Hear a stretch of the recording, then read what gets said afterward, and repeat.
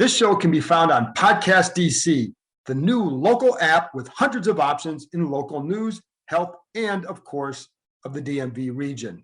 Download the Podcast DC app to hear all the Empire shows as well as the other great content. Empire.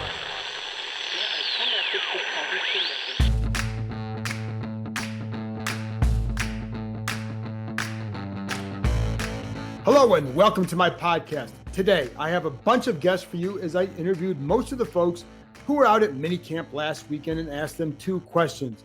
What did you think of Washington's offseason? And what is your biggest remaining question as the offseason comes to a close? In most cases, these are reporters who are out there every day, so I wanted to share their thoughts so you can get a diversity of opinions about what people are thinking. I can't plug all their Twitter handles on here. There were 11 of them who participated. Suffice to say, you can follow each one on Twitter. You can read my work on ESPN.com. I will continue to have multiple podcasts each week. I have a few tentative guests lined up that you will enjoy, including Ron Rivera, Jarrett Patterson, Samus Reyes, in addition to a number of others. And once camp starts, I'll do the daily updates as long as practices are fully open to the media. So I asked this question of other reporters, so I'll give you my answers. As far as the offseason goes, I felt Washington had an excellent offseason. They added more weapons on offense with Curtis Samuel, De'Ami Brown, Adam Humphries. And those are diverse weapons. Humphries is not a burner, but he will be a consistent, reliable threat underneath and inside for quarterback Ryan Fitzpatrick. I like the way Humphries works off the tight end, for example, inside. Samuel's versatility will be a big plus, and Brown's ability to make plays down the field adds another element to pair with Terry McLaurin. I think they have good speed. They also have diverse speed as far as what these receivers can do. I like that. I love the addition of William Jackson III and the continued rebuilding of the offensive line. I know they got rid of Morgan Moses, but I like the idea of going with youth and building something that's sustainable. Again, with the head coach who is the power man, oftentimes they go the opposite direction, sticking with the veteran too long and not really eyeing the future, wanting to win right now. Don't know if it's going to work. Don't know if Sam Cosmi will be better than Morgan Moses, but I'm okay with the thought process. I like Morgan. I feel like he's going to be a bit of a loss. I don't think anybody's irreplaceable in this league at anywhere, but at least at these positions. But I do think, like I said, I like the thought process behind it. I like the draft, though who knows how it will really turn out. I really like Benjamin St-Juste and Brown. Harder to say what level guys like Jamin Davis or Sam Cosmi will get to until we see them in games. It's hard to say. The same is true for everyone, but it's easier to get a feel sometimes for the guys on the outside early on. I like that Davis did not look lost playing in the middle while also being responsible for calling plays. And I also like how Antonio Gibson looked this spring. Granted, no pads, but he does look more comfortable, and I think it'll be fun to see this summer just how much he's developed. The kid continued to develop throughout the year last year. As far as the biggest remaining questions, okay, there are a couple, but I'm going to boil it down to just two. I'm not going to dwell too much on Ryan Fitzpatrick and the quarterback position because you'll hear a few answers about them from others. I will say I did like the addition of Fitzpatrick. I did like the fact that they didn't force a quarterback in the draft. They had to look for some. They looked at Matthew Stafford. They certainly scouted the heck out of the guys in the draft, and I know there were guys they liked, but they didn't force a guy feeling like, hey, this guy is better for us long-term, meaning whatever position, versus just getting a guy to say, hey, now we have a guy that we can develop. If you don't believe he can be a quarterback of the future, you don't take him. They're going to have to do it next year, I believe, depending on how things go. But I did like picking up Fitzpatrick. I do think that he's overall going to be, the passing game will overall be better than last year, in part because of him, in part because of the addition of other guys on offense. I don't know what he's going to do over 17 games. And I think that's the big question. What happens if he can't or doesn't do it? We haven't seen him take a team to the playoffs. Will he do that? I know a few years ago, his team won 10 games with him quarterbacking, didn't make the playoffs. It's not all on him. Has Tyler Heineke really gone from a guy who couldn't get a job in 2 years to someone ready to lead a team just based on one game and 15 added pounds?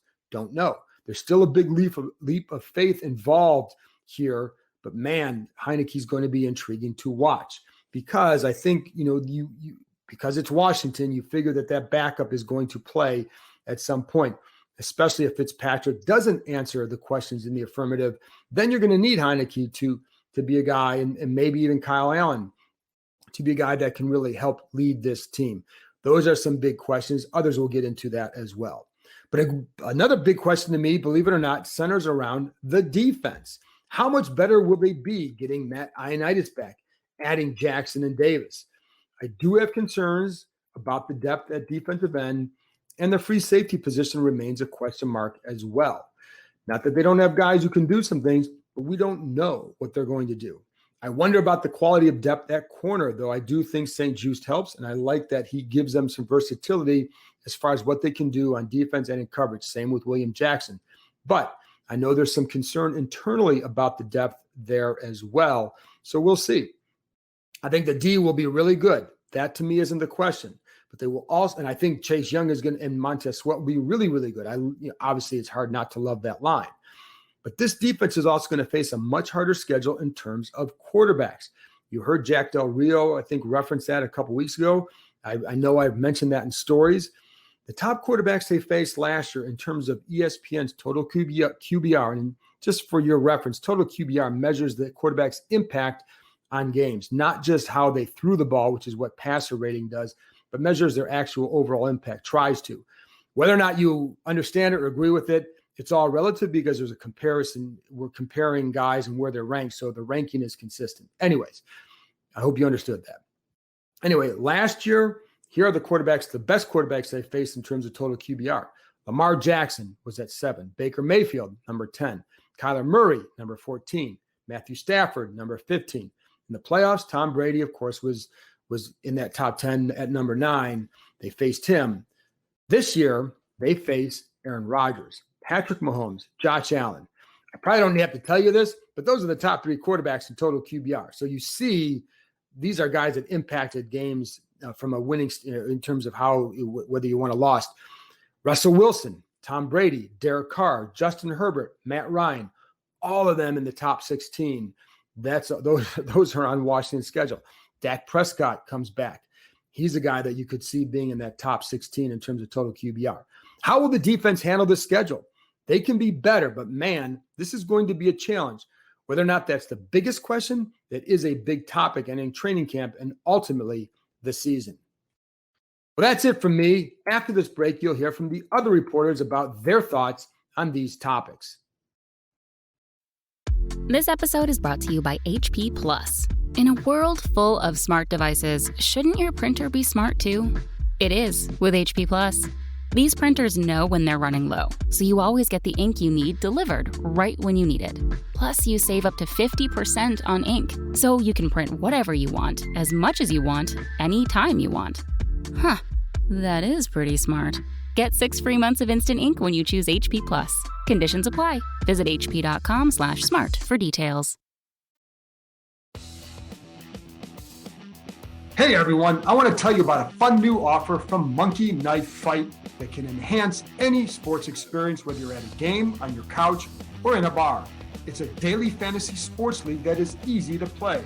You can sign up on monkeyknifefight.com using promo code JKR and play games such as More or Less. Will an NBA player score more or less than a listed point total? You can do the same in baseball. Will a pitcher have more or less strikeouts than a given amount, etc.? It's fun, and every Friday it's Home Run Derby. Bet on 3 guys who had home runs that night. All 3 hit one, you share in the prize pool. Every week you can participate in their Eagle Eye Jackpot based on the PGA Tour. Choose from any sport, from NASCAR to UFC and League of Legends. And of course, once football rolls back around, there will be even more fun prop bets. This is daily sports betting designed for the average fan to use their knowledge and have some fun. Sign up now at monkeyknifefight.com and use promo code JKR. That's promo code JKR. Welcome back. Now here's what the other reporters had to say about these 2 questions. How would you rate Washington's offseason, and what is the biggest remaining question? Hey, it's JP Finley. I think the Washington football team had a really strong offseason. I think Ron Rivera continues to build this team how he wants it to look going forward. I think they got faster, certainly younger.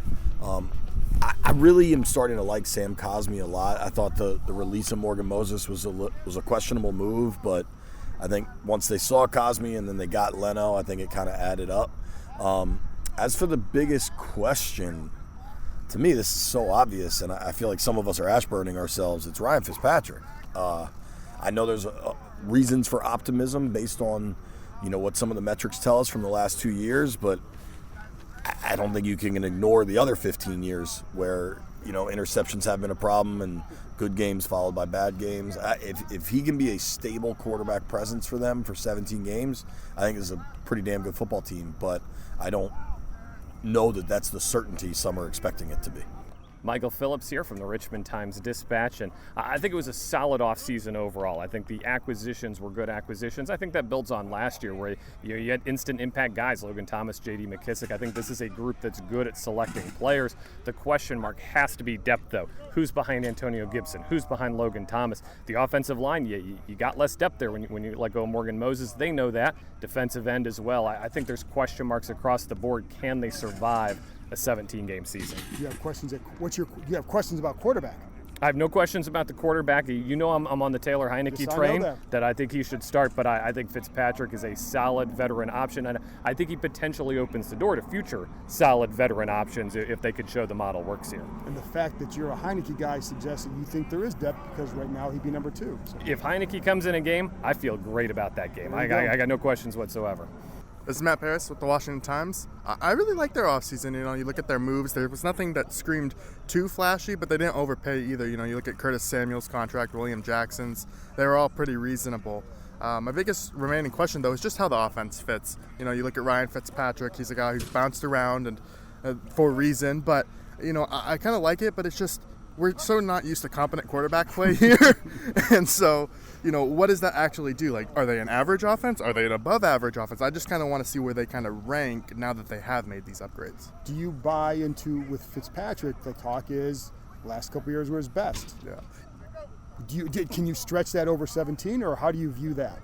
Yeah, I think he is playing at his highest level, and you look at what he did at Miami. It was really impressive. These guys know firsthand from a couple of years ago of just what a difference he can make. But yeah, it is. I'm interested to see whether he starts the entire 17 games because you do have Heineke and Allen behind him. Maybe if things go a little south, Ron gets a quick twitch or anything to make a change for a week or two. But I like where it's at right now. Hey, it's Mitch Tischler. As I look at the way that Ron has constructed this team this offseason, I've really liked a lot of the things that he's done. He started to build depth across this team in places that this team hasn't traditionally had it. And it's only 1 year into this rebuild, and you really see a lot of changes that are happening. I love what he's done along the offensive line, creating depth both on the outside and inside. And I really think Sam Cosmi is going to step up and be a big part of this offensive line. The biggest question mark left for me, I think, is the biggest question mark for everybody. It's going to be quarterback. I mean, you can like Ryan Fitzpatrick and you can like some of the things that he's done the past couple of years as opposed to earlier in his career. But at the end of the day, which Fitzpatrick are you going to get? And is Taylor Heineke any better at that point? And so I think really the big question has been the big question since Kirk's left, and that's what they're going to do at quarterback. This is Pete Haley of NBC Sports Washington and of TikTok fame. You can find me on either platform. How I feel like the offseason went, I look around at some grizzled vets like Keim and Chris Russell and Michael Phillips who've been here after really good seasons and seen how it collapsed. I think this year it's going to be another good season on top of last year's success. I like every move they've made, and it feels weird saying that, but I just think everything makes sense that they've done. In terms of my biggest question, we all see what the defense looks like, but can that defense hold up against all these quarterbacks they're playing? It's 5, 6, 7 MVP candidates, past MVP winners, so many good offenses. So we see what the personnel they have on their side of the ball with Jack Del Rio, but can that group stand up against this really tough schedule and lead the way to yet another division contending / division title? I like that you went there because that's a brutal gauntlet of quarterbacks they have to face compared to last year. It may be hard to build on it the way people think. Yeah, you're not going to see Ben DiNucci, Nate Sudfeld. It's going to be guys who probably make up the top 5 of the MVP voting this season. Thank you, Pete. And thank you, Keim. And my other biggest question is if Michigan will beat Ohio State, but I'm taking up too much of your time. I'll head out. It's Chris Russell from the Team 980SI.com. The offseason for the Washington football team, I think it was a very productive one. Could they have gone bigger with a big-name quarterback? Of course they could. Could they have spent more money and tried to get another big-time receiver or something like that? Julio Jones, that type of thing, via trade? Yeah, of course they could have. I think they reasonably and smartly tried to help out their team in the biggest areas of need. Cornerback, a press man cornerback in William Jackson III, a veteran quarterback who's still hungry, who's still got something left in the tank in Ryan Fitzpatrick, obviously Curtis Samuel. So I think it was a really good offseason. Was it a great offseason? That'll be determined. As far as the biggest remaining question, I guess you would have to say, can Ryan Fitzpatrick play all 17 games, and can he play it at a level where it's more Fitzmagic or at least Fitzsolid as opposed to Fitztragic? That will be the big question. Can they stay healthy, which is everybody's big question. So, that's while generic, I think it's important to kind of note that Ryan Fitzpatrick will go a long way, of course, to determining how good this team actually is, and are they a 10-7 team, or are they a 9-8 team, or are they worse? My name is Rhiannon Walker. I work for The Athletic. As terms of Washington's offseason, I would grade them at probably an A-. I would say that's pretty fair. They addressed the needs at wide receiver, obviously bringing in Curtis Samuel. The questions that they had about slot, if they had any questions about that, bringing in Adam Humphries to try that out. Obviously his relationship to Ryan Fitzpatrick. They didn't do very much, in my opinion, in terms of addressing the tight end spot behind, but that might be a gem in the rough type of situation. But on defense, you got better at cornerback. You lose your number 2 cornerback. You bring in somebody who was considered the top cornerback on the market. We don't know what's going to happen at free safety. I say overall an A- because really it was the offense that needed the massive overhaul, and you did a lot of things to improve that. If people are able to stay healthy, I mean, you get a guy like Charles Leno who just happens to come free. You have Cornelius Lucas, who's played on the right side of the line with the Chicago Bears with Charles Leno. So, I mean, in theory, on paper, they look very good. They didn't have to spend over-the-top money to get what they needed to get. In terms of the biggest question marks, I've sort of alluded to it. I'm very curious about what's going to happen behind Logan Thomas, because as we talked about it on the film, it's just what happens if he goes down. He did play all 16 games, but you had 3 catches and 18 yards behind him last season, which just isn't good enough. And that was a great stat you brought up. Thank you. And I think in the Scott Turner offense, that does at some level require the 2 tight end set. So if you have 2 capable tight ends, what can this offense possibly do when you already have a Curtis Samuel, when you already have a Terry McLaurin, Cam Sims if he develops even further, Ryan Fitzpatrick as like a capable starting quarterback if he can stay healthy. Just one quarterback staying healthy. Can you even imagine that, John? That's my biggest question on the offense. And on the defensive side, again, it goes to free safety and also Cam Curl. I mean, he was somebody that played very well in those 8 games that he started. He had 3 interceptions, which was more than Landon Collins had in the 2.5 seasons he played for Washington for the contract he got. And so I'm curious, how are you going to get a guy who's a clear playmaker on the field when you have somebody that commands the amount of time just for no other reason than the amount you've paid him? And then at free safety, they're looking for somebody who's going to make plays on the ball, and that's somewhere that they have lacked sorely since Sean Taylor's death in 2007. Imagine it's been 14 years, and that still has not been a place that they've been able to resolve. So those are my biggest questions, is what's going on behind tight end number 1, what's happening at free safety, how do you get a guy who's a clear playmaker onto the field? But again, overall, I think that they made a lot of very good low-key moves, and I would grade them at an A- for the overall offseason. Rick Snyder, 106.7 The Fan. Pretty good offseason overall. Would have liked to have seen a quarterback. But I think they picked up a lot of depth, and they've gotten younger at some positions. So overall, I think it's a better team than it was a year ago. Their biggest remaining need, I think their offensive line is something you still got to figure out. You've got 2 new guys to tackle, and yeah, they're veterans and all, and you've got to figure out your left guard. So, I mean, last year's offensive line wasn't good enough, so I think they're revamping it, and we'll see if it's good enough now. And what do you think, about the quarterback play? Obviously, they did get a quarterback, but you're talking about one for the future.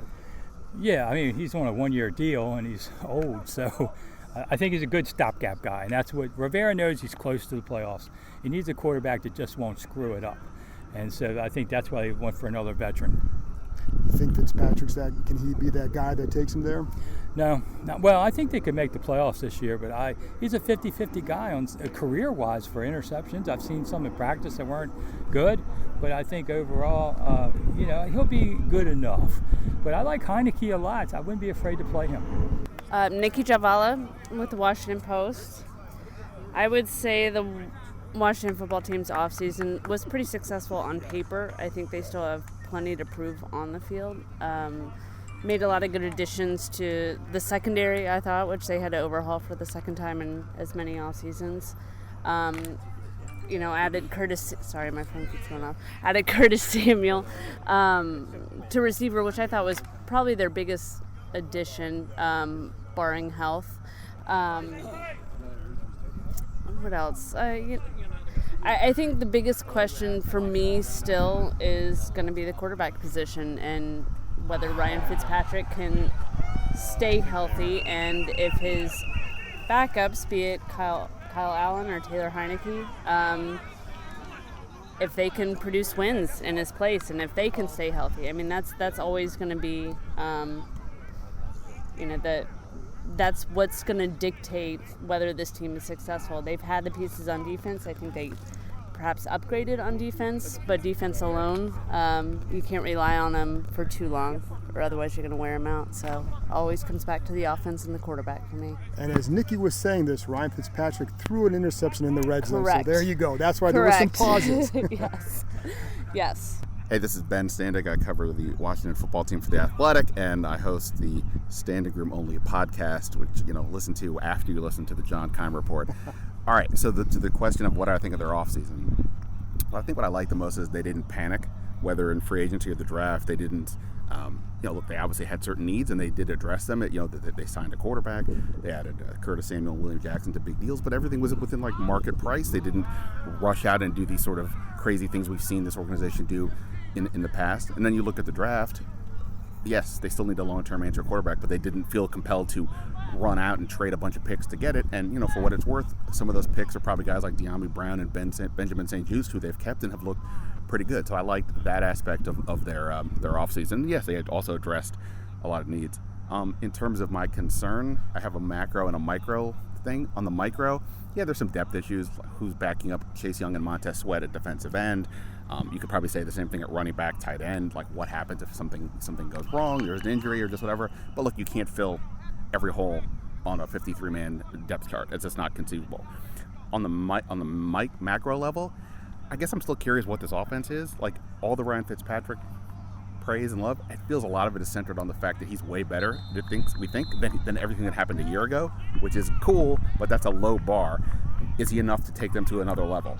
That's the big question. There's reason to think it could, but we're not there yet. He hasn't, he's never played in a playoff game. He is who he is, so we'll see what happens. Sam Fortier, The Washington Post.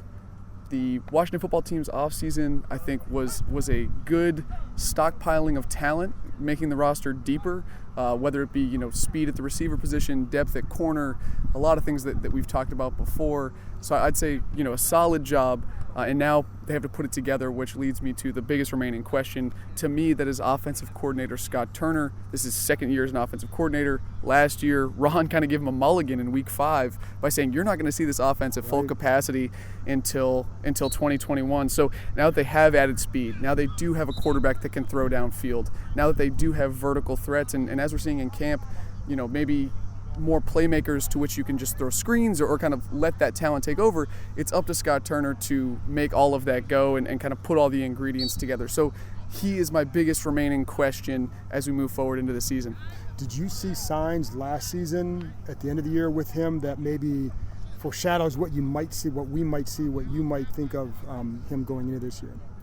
I think like that Dallas game, especially, some of the when they got the lead and they were able to, maybe open up the playbook a little bit, that Antonio Gibson run where he waved, I thought some of those plays showed that he could open it up a little bit. But I think when you start thinking about, even before that Week 17 Eagles game, I think you did see him game planning a little bit for Alex Smith, because there was a lot of quick stuff. There was a lot of, hey, we can't have our guy back there. We can't ask him to do too much. So I do think he was hamstrung a little bit by his quarterback, and certainly without Terry, down the stretch against Carolina as well. So there were some signs, but I think there were very few and far between flashes. Hey, DC sports fans. We are the Beltway Sports Bros. I'm Matt Vazana, and my brother Noel. Hey, Noel, this is where you talk. Matt, are you sure I should be talking? I can't handle this censored bullshit. Settle down, Noel. We're just fans like you, talking all things DC sports every Tuesday and Friday. And check out our Top 5 Fridays and all our awesome guests. Like Doc Walker, Mike Jones, Ben Standig, Bram Weinstein, and many others. Subscribe to our show wherever you get our podcasts and check out all of the great shows from Empire Media. That's it for this episode. Thanks to JP Finley, Michael Phillips, Matt Paris, Rhiannon Walker, Mitch Tischler, Pete Haley, Chris Russell, Rick Snyder, Ben Standig, Nikki Javala, and Sam Fortier for sharing their thoughts. I'll be back with another episode Thursday. Talk to you next time.